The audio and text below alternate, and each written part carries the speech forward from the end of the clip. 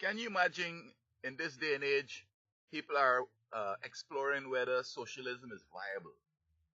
Now, there are two types of socialism, it seems. European nations and others are adapting principles of socialism to help the citizens.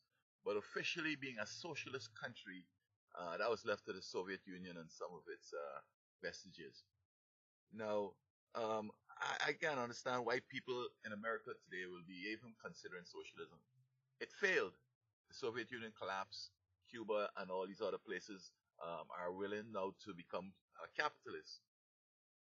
But I think the whole problem is this, that socialism promised that everybody will be equal and that you can share resources, etc. And it seems to me that this is what is appealing to this current generation. Apart from being too privileged and being kind of not informed, um, this is why they're exploring socialist alternatives. Now, today, young people are jumping into Uber, the poorest one, as long as it seems as if they're fascinated that out of my phone, I could get a cab to come and pick me up and I could get all these things. So they're spending the money out straight up. They're not thinking to save and to sacrifice like their parents. And whoever is behind this, whether the parents or not, you're going to find them come and bite you eventually because these kids are going to grow up. They have no ambition, they have no courage, they have no hope, they cannot work and expect to achieve what you achieve, and they just kill you and take what you have. As soon as you get in a bad way, they'll just put you in hospice, or put you in a bad way and then put you in hospice, and the next thing they're going with your car, your house, and your check. And so, um, this idea that somebody's going to work hard and that we all going to share what this person worked for, that has never been something that's viable. We all have this self-interest.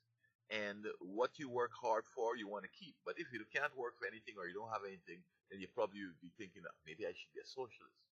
But in the balance of things, when you get also, you will eventually want to get rid of the socialism. And this book, Animal Farm, was very classic, in which they promised people all these various things. But then when the socialism began to be established, the ruling party started to give the kids to eat the eggs and to drink the milk and to wear ribbons and all this stuff, which they had promised would happen. And this is what happens when people get power and money. They forget all these things that they had been eschewing when they were poor and without power. And so I don't even give this no kind of a countenance or even a thought that socialism is going to come back and it's going to be good. You could give socialism all the help it needs. It's going to fail because people are interested in themselves. And when people work hard, they want to enjoy it, and the people that they choose to enjoy it with themselves. They're not interested in giving it to whoever. Look, people only want to pay taxes, right? And if that's not socialism, that's how the government would run to provide services even for themselves. And so I think that for people in America today to be thinking that socialism is viable and then we're looking forward to see it coming back is so hilarious.